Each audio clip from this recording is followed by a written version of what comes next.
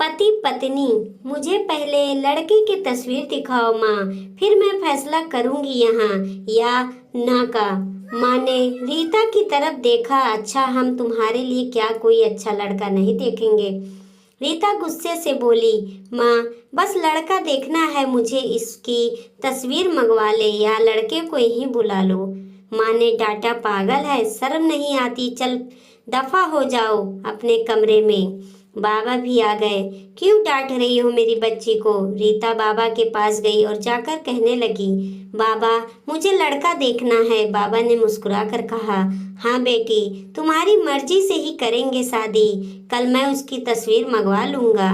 लड़के का अपना होटल है, पढ़ा लिखा है, प्यारा है, लेकिन रीता को तो लड़का देखना था। लड़का तो प्यारा है। रीता ने हाँ कर दी। 10 दिनों में ही रीता की शादी हो गई। रीता का हमसफर सुशील अरेंज मैरिज था। ना कि कभी मुलाकात हुई, ना कभी कोई बात, कभी एक दूसरे को मिले भी नहीं।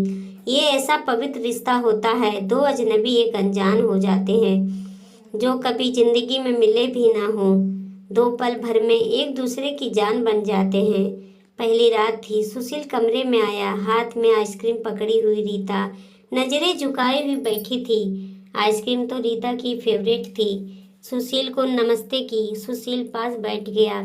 सुशील थोड़ा सा शर्माता भी था। आइसक्रीम खाते हुए बोला, जितने जैसे पैसे शादी पर खर्च किए, इतने की काश मैं आइसक्रीम खा लेता। रीता का घूंघट उठाकर बोला, आप खाओगी? पहले तो रीता ने शर्माते हुए मना कर दिया, फिर सुशील ने प्यार से कहा, खा ली, प्यार से बढ़ेगा। रीता को आइसक्रीम दी और खुद भी खाने लगा। रीता सारी आइसक्रीम खा गई। सुशील ने जब पूछा, आइसक्रीम पूरी खत्म कर दी? रीता मुस्कुराने लगी, वो तो मैं खा गई। सुशील भी मुस्कुराने लगा, बहुत कंजूस हो, आप पहले कहती नहीं खाती और अब देखो सारी की सारी खा गई हो। यह आइसक्रीम 50-50 की थी। रीता सुशील को पहली ही रात इतना तो समझ गई थी कि सुशील दिल का बहुत अच्छा है। रात भर मोहब्बत भरी बातें होती रही। जिंदगी अपनी असल मंजिल की तरफ मुड़ गई थी। वक्त गुजरने लगा। रीता की भाई की शादी थी। रीता 4 महीने की प्रेग्नेंट थी। रीता ने सुशील से कहा, मुझे भाई की शादी में जाना है। सुशीला ने रीता के पास बैठकर बोला, रीता, डॉक्टर ने आपको लंबी यात्रा करने से मना किया है, इसलिए मैं कोई रिस्क नहीं लेना चाहता। मैं नहीं इजाज़त दे सकता शादी में जाने की। रीता को बहुत गुस्सा आया। सुशील, पागल हो गए हो क्या? मेरे भाई की शादी है और आप कह रहे हैं कि नहीं जाना। आप मुझे कार में बैठाकर आराम से छोड़कर आ जाएं। बस सुशील ने रीता का हाथ पकड़ा, मोहब्बत से फिर समझाने लगा, रीता क्यों बेकार की जिद करती हो? डॉक्टर ने यात्रा करने से मना किया है तो मैं नहीं जाने दे सकता। तुम लापरवाह हो जाती हो और मैं तुमको किसी के भरोसे नहीं छोड़ सकता। इतना कहकर सुशील कमरे से बाहर चला गया। रीता रोने लगी। रीता ने अपनी माँ को फोन किया। सुशील मना कर रहा है शादी में आने के लिए। माँ ने समझाया, बेटा अगर वो कह रहा है तो मत ही आओ। लेकिन रात की भाभी और भाई शादी करने लगे। क्यों नहीं आने दे रहा है सुशील हमारी बहन को? वो रात को आए। सुशील भी घर पर था। कहने लगे कि मेहंदी है, 3 ही बात है, अमृता को लेने आए हैं। सुशील ने रीता की तरफ देखा। रीता, मैंने कहा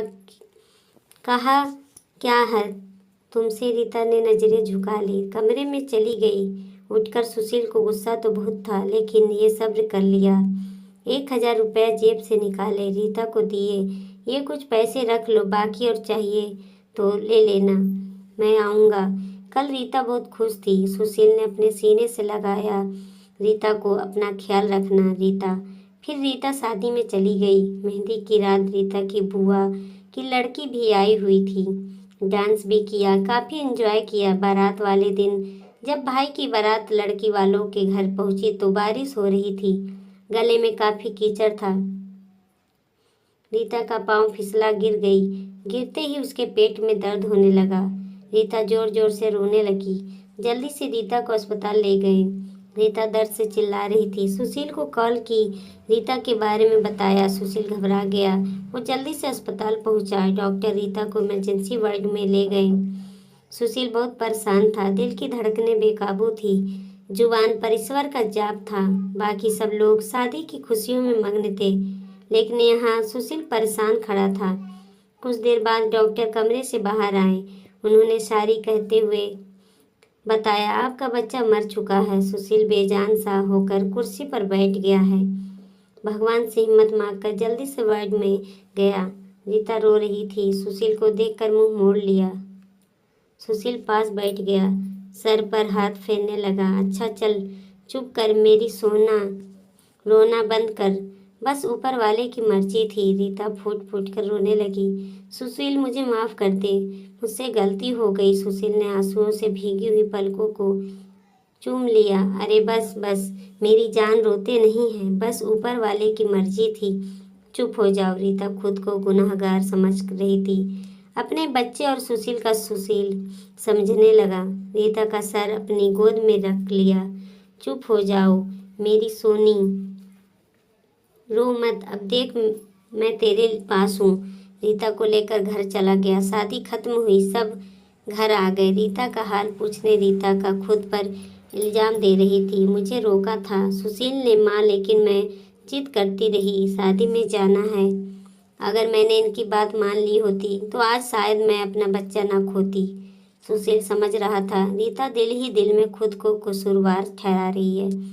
इसीलिए सुशील प्यार से समझाता रहा रीता को, अरे पागल है, खुद को परेशान ना कर, ऊपर वाले की मर्जी थी ना, ऊपर वाले ने कहा तो हमें फिर से औलाद जरूर देगा। रीता सुशील की आंखों में देख रही थी। सुशील आप इतने अच्छे हैं, मुझे डांटा नहीं है, आपने कुछ कहा नहीं। सुशील ने लंबी सांस ली, मुस्कुरा कर बोला, जब तुमने मेरी बात मानी ही नहीं थी रीता, अब कुछ कहने का क्या फायदा। रीता समझ रही थी सुशील का खामोश गुस्सा। 1 साल बाद फिर ऊपर वाले ने उनको बेटा दे दिया। सब बहुत खुश थे। सुशील बाहों में उठाकर झूमने लगा। अपने बेटों को रीता बेड पर लेटी सुशील की आंखों में बेटे की मोहब्बत में निकलते आंसू देख रही थी। जिंदगी में अच्छे दिन आते हैं, लेकिन अक्लमंद वही होता है जो खुद को हालात में ढाल देता है। सुशील के 2 भाई जो सुशील से अमीर थे, उन दोनों भाइयों का अपना अच्छा खासा बिजनेस था, लेकिन सुशील का छोटा सा होटल था जिससे बस गुजारा हो रहा था। रीता ने जिद की, सुशील बच्चे को गर्मी लगती है, इसीलिए यह बहुत रोता है, मुझे कमरे में एसी लगवा दे। सुशील ने सिर पर हाथ रखा। अरे रीता, पागल हो गई हो क्या, मेरे पास नहीं है इतने पैसे एसी के लिए। रीता ने जिद की, मुझे एसी चाहिए बस कमरे में। सुशील अपने बेटे को सीने पर लेटाकर खेल रहा था। उसके साथ रीता बस एसी लगवाने की जिद किए बैठी थी। सुशील ने रीता का हाथ पकड़ा, अपने करीबी किया। रीता, पता नहीं क्यों इतनी चिंतित हो तुम, लगा दूंगा एसी, ये लो, सो गया है मेरा राजकुमार, इसको लेटा दो। 2 साल बाद ऊपर वाले ने एक बेटी भी दी। वे दोनों बहुत खुश थे। हर अच्छी पूरी ख्वाहिश पूरी करता था सुशील, लेकिन फिर भी छोटी छोटी बातों पर उनमें झगड़ा रहता था। बेटा 4 साल का हो गया था, बेटी छोटी थी। सुशील का होटल का काम अच्छा नहीं चल रहा था। सुशील कुछ परेशान था। घर आया, देखा बेटे ने उसका लैपटॉप तोड़ दिया था। प्रीति मोबाइल पर लगी हुई थी। सुशील ने देखा लैपटॉप टूटा हुआ पड़ा है। सुशील चिल्लाकर बोला रीता से, ये क्या है। रीता ने देखा, ये आपके लाडले ने तोड़ा है। सुशील गुस्से में पहले ही था। रीता को गाली देकर बोला, तुम्हारा दिमाग काम नहीं करता, इसमें तो मेरा सारा डेटा था, तुम पागल हो क्या। जाओ खाना लेकर आओ, उठ जाओ। रीता गुस्से में,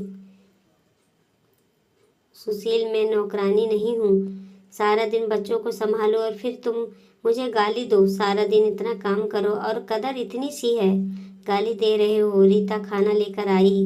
बैगन बने हुए थे। सुशील ने बैगन देखे चिल्लाकर बोला, तुम्हारा दिमाग खराब है, तुमको कितनी बार समझाया, मैं बैगन नहीं खाता।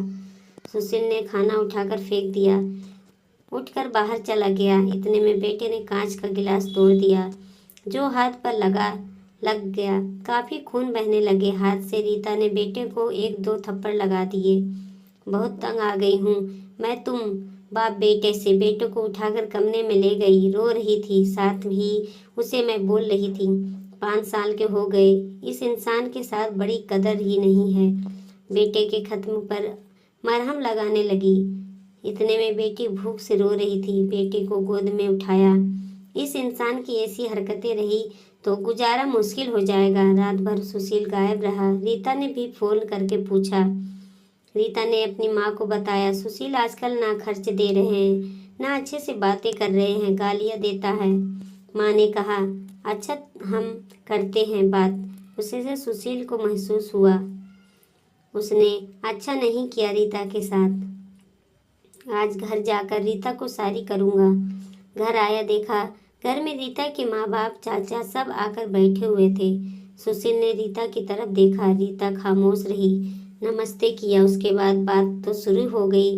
माँ चिल्लाकर बोली, क्यों बेटा तुम खर्चा नहीं देते हो रीता को, क्यों गालियाँ देते हो। सुशील को बहुत गुस्सा आया। घर की बात ही हम दोनों सुलझा लेते। सुशील ने गुस्से से कहा, इसको सब कुछ देता हूँ, ये बस तमाशा लगाना चाहती है। रीता भी गुस्सा भी हो गई। गुस्से में बोली, क्या देते हैं मुझे, महीने में 10,000 देते हो, जिसका दोनों बच्चों का दूध भी पूरा नहीं होता। एहसान करते हो मुझ पर, तुम्हारे बच्चों पर खर्चा करती हूँ। बहस इतनी बढ़ गई कि सबके सामने सुशील ने रीता को थप्पड़ मार दिया। रीता की माँ को बर्दाश्त नहीं हुआ। वो अपनी बेटी को साथ ले गई। दोनों बच्चे भी साथ गए। सुशील ने भी न रोका उन्हें। रीता नाराज होकर चली गई। रीता को थप्पड़ ज्यादा जोर से लगा था, निशाना बन गया था चेहरे पर। माँ भी रोने लगी। न जाने पहले भी कितना जुर्म करता होगा मेरी बेटी पर, कमीना इंसान। सुशील पहले से ही अपने होटल की वजह से परेशान था, काम न होने की वजह से, और अब ये परेशानी बन गई। रीता मायके में थी, सुशील यहाँ था, घर में परेशान था। हालात इतने खराब हो गए, सुशील को अपना होटल बेचना पड़ा। 2 महीने गुजर गए। दोनों ने एक दूसरे से बात नहीं की। दोनों गुस्से में थे। सुशील कहता, खुद गई है, खुद वापस आएगी। रीता की अकड़ भी, मानने आएगा तो जाऊंगी। दिन गुजरते गए। 8 महीने गुजर गई, कोई बातचीत नहीं हुई। सुशील के एक दोस्त ने सुशील से कहा, विदेश जाना है तो बताओ, मेरे पास एक ही वीजा है। हालात काफ़ी बुरे थे। सुशील विदेश चला गया, नंबर बंद हो गया। 1 साल गुजर गए। दोनों ने कोई बात न की एक दूसरे के साथ। रीता भाई किससे खर्चा लेती, बच्चों के दूध या फिर दूसरी जरूरी सामान का। भाई कब तक दे सकते हैं खर्चा, उनके भी अपने बच्चे थे। कभी रीता के बच्चे कोई नुकसान कर देते, कोई चीज़ तोड़ देते तो रीता की भाभी हजारों बातें करती, ताने देती थी। रीता चुपचाप सुन लेती थी। क्या करती है, आखिर किसी को कुछ बताती भी ना थी। दीपावली का दिन था। रीता ने भाई से कहा, भाई पैसे दे दो, बच्चों को शॉपिंग करवानी है। भाभी पास से बोली, बहन साफ सी बात है, हमारे पास फालतू पैसे नहीं हैं। उसी इंसान के साथ गुजारा नहीं तो तलाक लेकर किसी दूसरे के साथ शादी कर लो, जाओ यहाँ से। रीता उस दिन बहुत रोती रही। उसे एहसास होने लगा था, सुशील तो मेरे सर का ताज है। सुशील दुबई में बच्चों को याद कर बहुत रोता था। रीता पागल, बात कुछ भी न थी, और तूने यह कर दिया। उधर रीता के भाई ने रीता के लिए एक आदमी देखा जिसकी पत्नी की मृत्यु हो चुकी थी, 4 बच्चे थे। उसके भाई ने रीता से कहा, बस सुशील से तलाक ले लो, इस आदमी से शादी करके घर बसा लो अपना। रीता की आंखें भीग गई थी आंसुओं से। जल्दी से मोबाइल निकाला, सुशील को फोन लगाया, नंबर बंद आ रहा था। रीता रोने लगी, मुझे सुशील के पास ही जाना है, मुझे कोई शादी नहीं करनी किसी से। उधर सुशील का भी दिल तड़पा। उसने सोचा, मेरी रीता तो मासूम सी है, थोड़े से गुस्से पर नाराज हो जाती है ना, खुद ही माफ़ी मांग ले लूँगा अपनी जान से। वो टिकट करवा कर हिंदुस्तान वापस आ गया। रीता रो रो कर भगवान से अपने पापों का, अपनी गलती की माफ़ी मांग रही थी कि ऊपर वाले मुझे माफ़ कर दे, मुझे मेरा सुशील वापस कर दे। रात भर रोती रही। सुबह बेटे को नाश्ता करवा रही थी, दरवाजे पर घंटी बजी। भाभी ने दरवाज़ा खोला, सामने देखा सुशील खड़ा था। रीता की नज़र पड़ी। सुशील पर हाथ से दूध का कप छूट गया। नंगे पांव दौड़ते हुए जाकर सुशील के सीने से जा लगी। चीख चीख कर रोने लगी। सुशील, मैं बहुत प्यार करती हूँ तुमसे। सुशील के पांव पकड़ लिए। माफ़ कर दो सुशील। सुशील ने रीता का माथा चूमा, आंसू साफ किया। तुम भी माफ़ कर दो मेरी जान, मैंने गुस्से में ज़्यादा बोल दिया था। बच्चों को सीने से लगाया। सुशील प्यार करने लगा रीता की। भाई और भाभी की आंखों में आंसू डालकर गर्व से बोली, मेरा परमेश्वर, मेरा हमसफ़र है, मेरे पास आप लोगों का बहुत बहुत धन्यवाद। वो सुशील के साथ घर वापस आ गई। दोनों खुशी से सब बातें भूलकर जीने लगे। लेकिन वो इस समाज को इतना बता दे, जज्बात में जुदा हो जाना बहुत आसान है, लेकिन जुदा होकर जीना बहुत मुश्किल है। हम सफ़र अगर कोई नाराज़ है या घमंड में है तो जाओ मना लो, राजी कर लो एक दूसरे को, इससे पहले कि बहुत देर हो जाए। वीडियो अच्छी लगी हो तो लाइक सब्सक्राइब जरूर करें। देखते रहें सुषमा मोटिवेशनल स्टोरी। धन्यवाद।